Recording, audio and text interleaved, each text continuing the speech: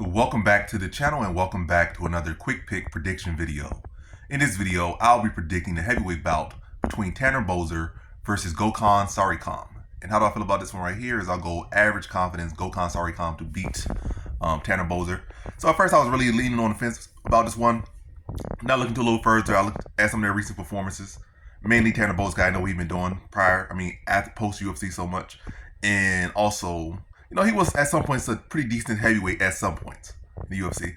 But it was definitely his grappling that was the issue. And the same for Saricam, it was an issue for his grappling. But the thing with Saricam, when you look at who he lost to, he lost Oleg Popov, like was the most recent PFL where Oleg Popov was a pretty solid grappler, very aggressive, decent cardio, decent pacing. I would say as far as heavyweight, he's one of the better heavyweight grapplers, period. He lost I think this big 6'8" American guy who's, I forget his name right now, I just was looking at it.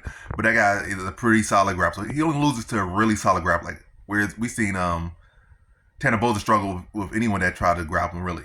And who he lost to? He get stopped by Rodrigo Nascimento, who Popov dominated. By the way, like MMA math, MMA this, MMA that, but basically they both have similar flaws.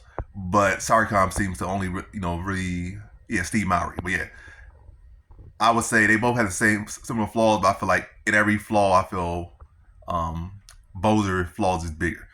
Neither have been super active.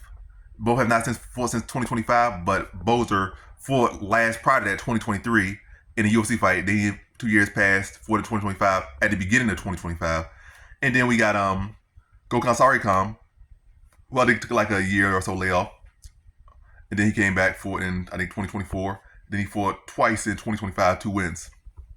And I think the last fight was like November 2025, so that's not that long ago. Where it's now, I think, been over a year for Tanner Boser. So Saricam's been more active.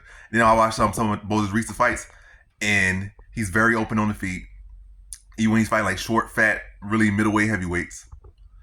Saricam has fast hands. He has bigger power. I low-key think he has better grappling here. Not to say that's going to be his path to victory, but that's why I feel like Boser has the defense.